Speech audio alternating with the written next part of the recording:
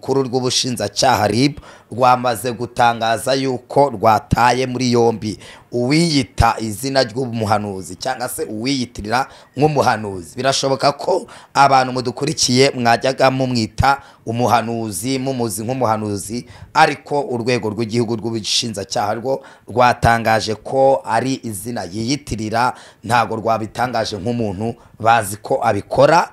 Rwose ahamagaye mbonye ari muri ibi nanjye ndatwarwa nisanga narengereye, tumara iminota 12 tubyibereyemo, ariko nyirizina byaje kuba agahoma munwa aho twaje gusanga iyi ari ingeso y'uyu mupasiteri, aho nubundi undi muntu umwe mu bastari twese tuzi icyamamare, ntago turi buhishe izina rye kuko ntago nawe arabyemerera, bamwita Mama Sava, yamaze gutangaza nawe avuga yuko iki gikorwa kigendanye n'iri hohoterwa uyu mupasiteri Akimu yaba yaririmukoreye. Nawe reka ngire ngo mbanze mbakinire amaudio ye mubanze mwumvi.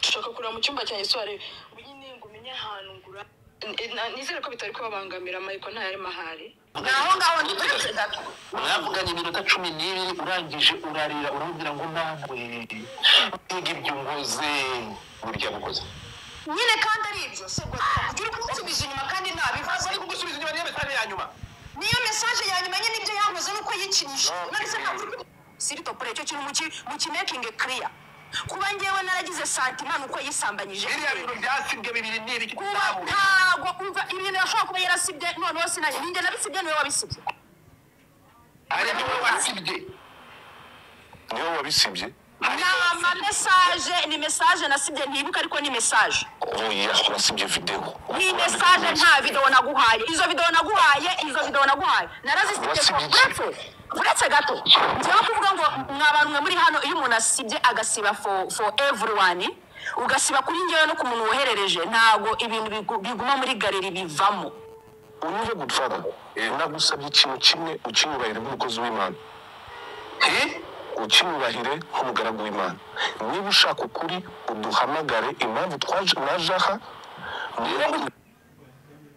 imbere y'aba bantu nk'uko uri ubinyereka turi kumwe gusezeranyije ko nari wishyire hanze bimpe bisome mbwira abantu ibyo mbonye nge nta ruhande bimpe bisome ntabwo ndi bigaragaze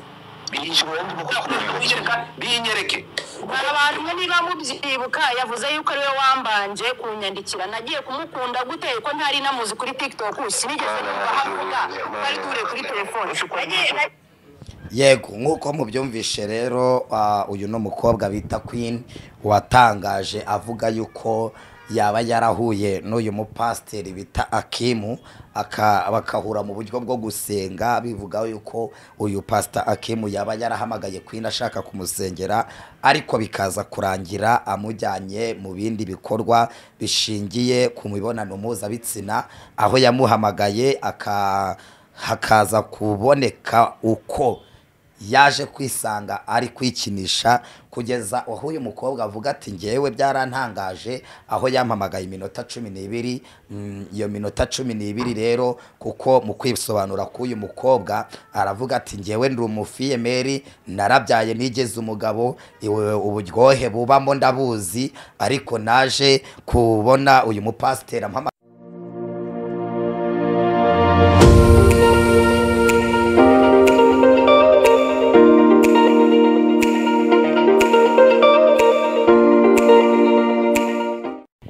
Yes, inshuti bakunzi ba Gahunda Studio TV n'inkuru y'ukuri TV, turabasuje mu izina rya Yesu. Nimugira amahoro aho muri hose. Mumeze mute? Kuri kamera za Gahunda Studio TV ndetse n'inkuru y'ukuri TV turi kumwe n'umutumirwa ntabwo asanzwe. Ni umusore mukuru azi kwivuga no kwivugira. Tugwaye ikaze kuri kamera zacu. Murakoze cyane, kaduha ikaze abantu badukurikiye bagiye bari hirya no hino mu mpande enye zigize isi, bagiye bari ahantu hagiye hatandukanye. Tunabashimira cyane abamaze gukora subscribe, abakoze like, share ndetse na comment. Amahoro y'Imana nabane namwe, imigisha iturutse mu gihugu cyo mu ijuru nibagereho. Turabakunda cyane, tubifurishe ishya n'ihirwe, tubifugirije gukomeza mukagira impagarike n'ubugingo. Yes, urakoze cyane, urakoze.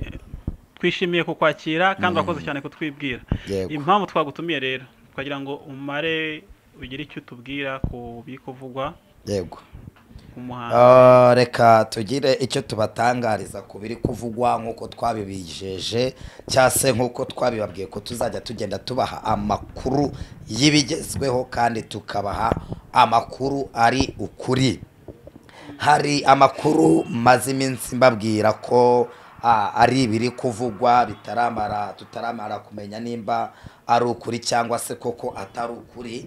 Ndagira ngo ntangarize abantu badukurikiye nk'uko nari nabibijeje nkababwira ngo nzabazanira ukuri nyako byari biri mu bivugwa. Kuri iyi nshuro reka mbatangarize ngo noneho mbazaniye ukuri. Murabizi tumaze iminsi tubabwira ngo biravugwa ko umuhanuzi n'ibishaka Theogene yaramaze gutabwa muri yombi, ariko mu by'ukuri ntago twari twakamenya nimba koko yaratawe muri yombi kuko urwego rw'ukuru rw'ubushinjacyaha RIB rutari rwakabitangaza.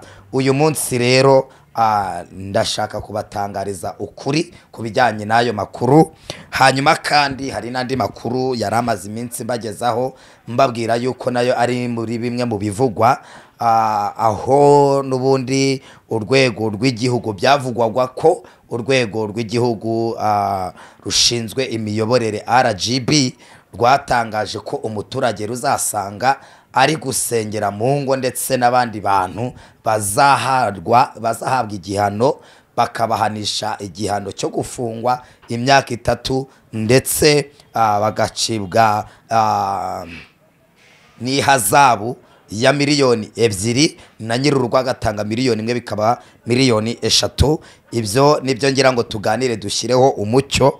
Turaza kugarukwa kandi no ko biri kuvugwa ku bigendanye n'abakozi b'Imana cyangwa se umurimo w'Imana, aho tuza kurebera hamwe ku makuru ari kuvugwa kuri pasiteri, ku mupasiteri mwese muzi ndetse abenshi mwakundaga bita Pastor Akimu, aho tuza kugaruka ku mavideo yagiye atambuka se cyangwa ku audio yiwe nabwo ari gucicikana y'abantu bari kumwiyama bamubwira ngo nyamara pastor nubwo tubwira kuri pasiteri ariko ntago duhamanya nawe yuko inshingano z'ubupasiteri zihwanye n'ibikorwa udukorera. Izo ni zimwe mu ngingo z'ingenzi z'amakuru yacu y'uyu munsi. Hanyuma rero reka duhere kuri iki ngiki n'ubundi kijyanye n'ibishaka Theogene. Nk'uko byamaze kuvugwa, nk'uko byamaze gutangazwa, urwego rukuru rw'ubushinjacyaha RIB rwamaze gutangaza yuko rwataye muri yombi uwiyita izina ry'umuhanuzi cyangwa se uwiyitirira nk'umuhanuzi. Birashoboka ko abantu mudukurikiye mwajyaga mumwita umuhanuzi, mumuzi nk'umuhanuzi, ariko urwego rw'igihugu rw'ubushinjacyaha rwo rwatangaje ko ari izina yiyitirira, ntago rwabitangaje nk'umuntu bazi ko abikora. Rwatangaje rero ko uyu nibishaka Theogene yamaze gutabwa muri yombi azira gutangaza amakuru y'ibihuha no kwitangaza amakuru y'iterabwoba ashingiye ku nzira yajyaga binyuzamo y'umuyoboro we wa YouTube, ikinyamakuru yakoreragaho cyitwa Ibyabavuzweho TV, ndetse akaba yamaze iyi channel yiwe Ibyabavuzweho TV akaba yamaze no gusibwa, yambuwe ubuzima gatozi bwayo. Ayo na makuru y'impamo noneho ntago ari amakuru arimo acicikana wenda ngo umuntu abategerejeho ubundi busobanuro, nta nubwo ari ayandi makuru y'amapapirano, ahubwo ni amakuru yizewe nk'uko nabibabwiye nkabibamenyesha yuko nzajya mbagezaho amakuru nyirizina y'ibyavuzwe y'ibiriho, nk'uko nabibabwiye ku nkuru yo kuri TV ndetse no kuri gahunda studio yuko nzajya mbagezaho amakuru y'impamo. Hanyuma kandi nanone twihuse turaza kurebera hamwe nanone kubiri kuvugwa. Ntago uyu nibishaka Theogene yatawe muri yombi wenyine, ahubwo yamaze gutabwa muri yombi hamwe n'undi bari bafatanyije n'ubundi gukoresha izi nzira z'iterabwoba batangazaga witwa Ferdinand. Nabo bose bamaze gutabwa muri yombi, bakaba bafungiye kuri station ya polisi iherereye Kicukiro, abandi bakaba bafungiye kuri station ya polisi iherereye i Remera. RIB ikaba yamaze gutangaza yuko aba bombi uko batawe muri yombi dosiye yabo iri gukurikiranwa kugira ngo bashyikirizwe ubutabera. Tunyaruke kandi turebere hamwe ibindi biri kuvugwa nk'uko nabibabwiye. Ntago iri tangazo rishingiye ku nk'uko babivuze ngo urwego rw'igihugu rw'imiyoborere RGB yatangaje yuko umuturage bazasanga arimo ngo asenga bazamuhana. Iri ni itangazo ry'ibihuha nk'uko byamaze gutangazwa n'ubundi n'urwego rw'igihugu rushinzwe imiyoborere RGB yamaze kubitangaza yuko ririya tangaza ari ibihuha. Ni ibihuha rwose, abantu mushyira umutima hamwe kandi ntimukuke imitima, ntago ririya tangazo ari ukuri. Bivuze ngo ntago bashyizeho itangazo ritwemerera kuzajya musenga koko, ariko n'ubundi ntago bigeze basohora rivuga yuko mutabyemerewe. Rero imitima yanyu nihagarare, ririya tangazo ni ibihuha, ntago ari ukuri. Reka twihuse tugere nanone kandi kubivugwa hagati y'umupasiteri bita Akimu ndetse n'abandi bagenzi be bafatanyije, aho tuza gusanga Pastor Akimu ari gushinzwa n'abantu b'igitsina gore batari bakeya, barimo bamushinza yuko yagiye abakoresha imibonano mpuzabitsina hifashishijwe ikoranabuhanga mu buryo bwa video call ku muyoboro wa WhatsApp. Ndagira ngo gatoya mbanze mbakinire aya majwi ho gato muyumve kugira ngo tuze gukomeza.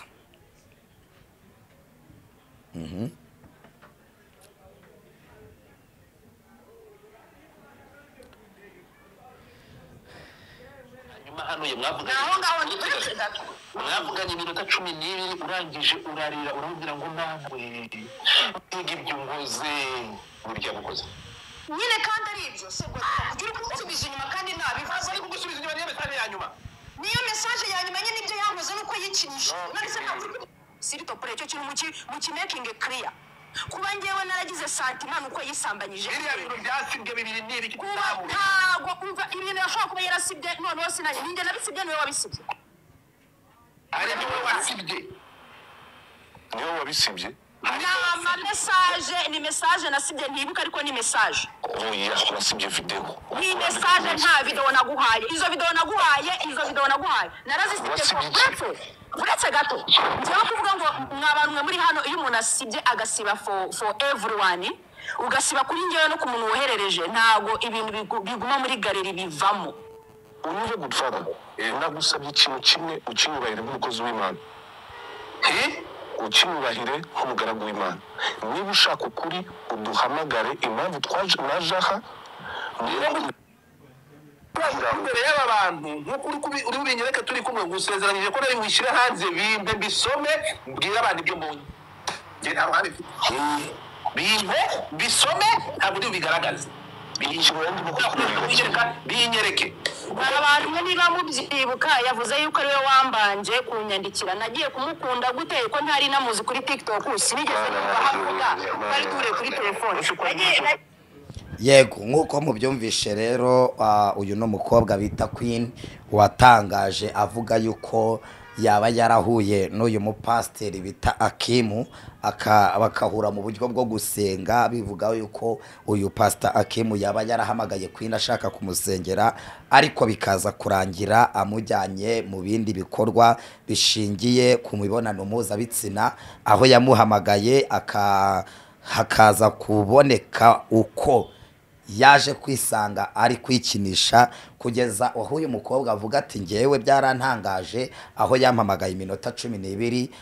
Iyo minota 12 rero kuko mu kwisobanura k'uyu mukobwa aravuga ati ngewe ndi umufiyemeri narabyaye nigeze umugabo, uburyohe bubamo ndabuzi, ariko naje kubona uyu mupasiteri ampamagaye rwose ahamagaye mbonye ari muri ibi nanjye ndatwarwa nisanga narengereye tumara iminota 12 tubyibereyemo, ariko nyirizina byaje kuba agahoma munwa aho twaje gusanga iyi ari ingeso y'uyu mupasiteri, aho n'ubundi undi muntu umwe mu bastari twese tuzi icyamamare, ntago turi buhishe izina rye kuko ntago nawe arabyemerera, bamwita Mama Sava, yamaze gutangaza nawe avuga yuko iki gikorwa kigendanye n'iri hohoterwa uyu mupasiteri Akimu yaba yaririmukoreye.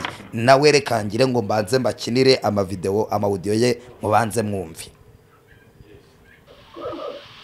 Dushaka kurira mu cyumba cyanjye sware nyine ngo umenye ahantu ngura, nizere ko bitari kubabangamira Michael nta yari mahari. Mbere yo kugira ngo mbivuga muranyemerera njye simwite pasiteri, njye papa wanjye ni revera pasiteri, ntago namugereranya n'uriya mugabo, ndamwita Hakimu ntibize kumubangamira. Njye menyana na Hakimu nagiye gusengera iwe nemviswe n'umukobwa wari waje gukina muri Papa Sava. Njyayo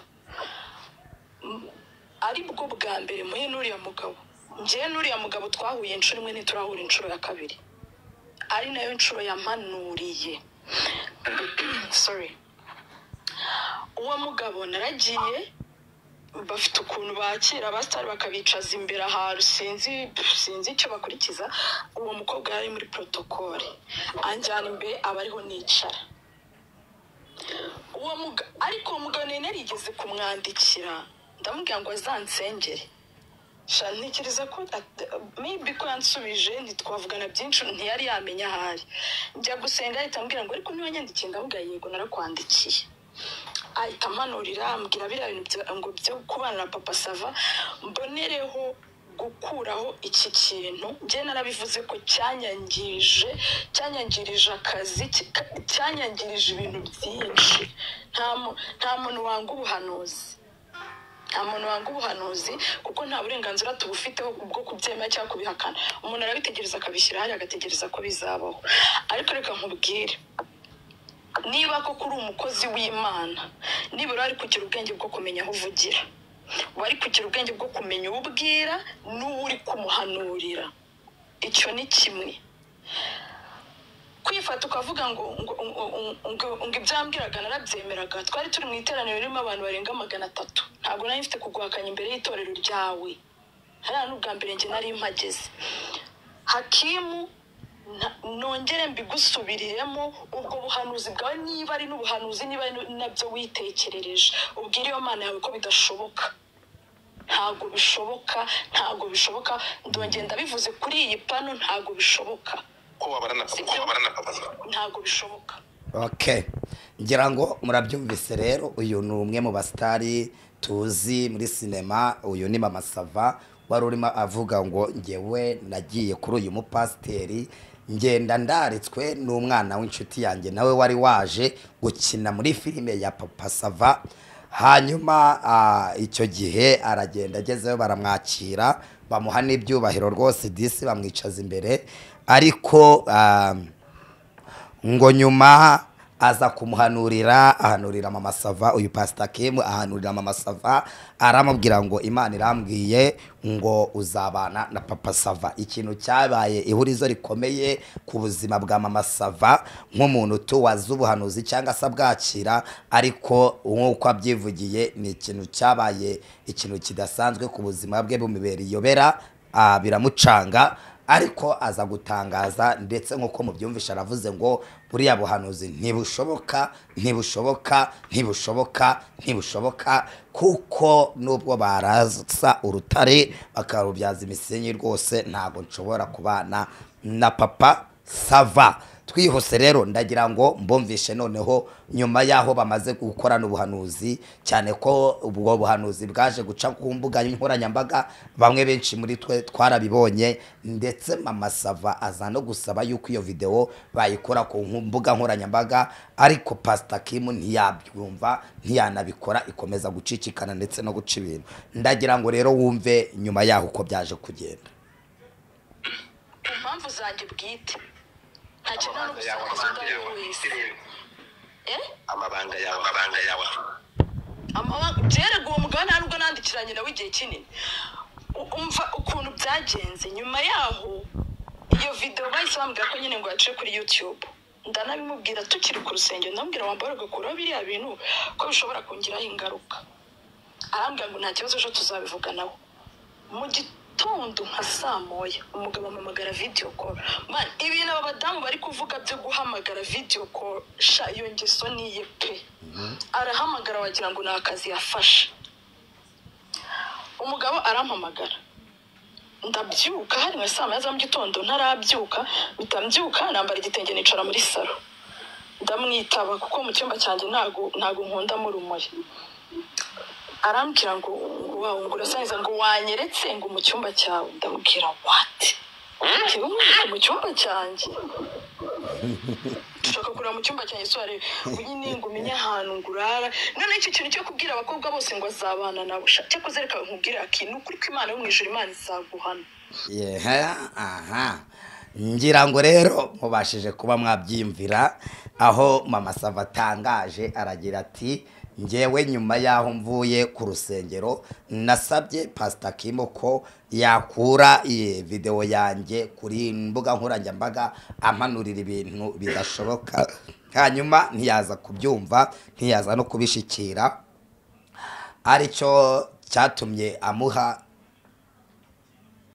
aho mama Sava yaje kusaba Pastor Kim aramubwira ngo Pastor wakuyeho iriya video, hanyuma ntiyaza kuyikuraho ahubwo bahana rendezvous yuko bari buze kuvugana.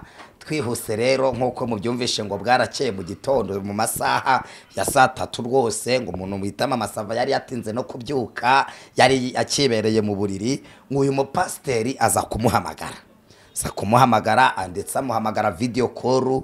Byumvikana yuko nkuko babitangaje ko uyu mupasteri afite ingeso yo guhamagara abantu video call. Arangije ngo mama Sava arabyuka rwose akenyera agatenge arakakenyera, ubwo ntumbaze uko yagakeneye, ajya muri salo yanga kumwitabira mu cyumba, undi akimukubita amaso aratangira ati wow urasa neza urasa neza pasteri. Urumva yahise atwarwa rwose akibona mama Sava ahita atwarwa, ibitekerezo biragenda yirengagiza umurimo w'Imana yisanga yagiye mu bindi. Ahita atangira aramubwira nti rero mama Sava urasa neza, ariko ndagusaba yuko wagenda ukanyereka no mu cyumba cyawe. Ubwo nimba harimo abazima agiye kwirukana nibyo nanjye ntaramenya, ni nabyo ntarasobanukirwa, tugomba kubanza tukamenya neza. Ngaye nguko rero nuko amakuru ahagaze. Ntawe uyu mugabo rero akomeje kugenda aca ibintu hirya no hino aho we atari kubyemera kandi ari no kubiyakana, nyamara kandi akaba ari gushinzwa n'abantu benshi cyane ko hari umuntu waduhamagaye mu gitondo, mama waduhamagaye arambwira ati rwose ndashaka nimero za Godfather cyangwa se nimero za mama Sava, ati kuko biriya bintu bya Kimu birakabije, ati nanjye yarabinkoze ndetse n'umuturanyi wanjye abidukorera rimwe. Urumva rero ni ibintu bitangaje, ni ibintu bidasanzwe. Rero ndagira ngo mbabwire ngo ibiganiro byacu nakagaruka mwibuke gukora subscribe, like, share ndetse na comment. Turaza kuza kugaruka kandi tubamenyesha ikizava muri iyi nkuru. Icyo tubereyeho nuko bagezaho inkuru z'ukuri kandi inkuru zima mu ibiganiro byacu nakagaruka. Ciao ciao.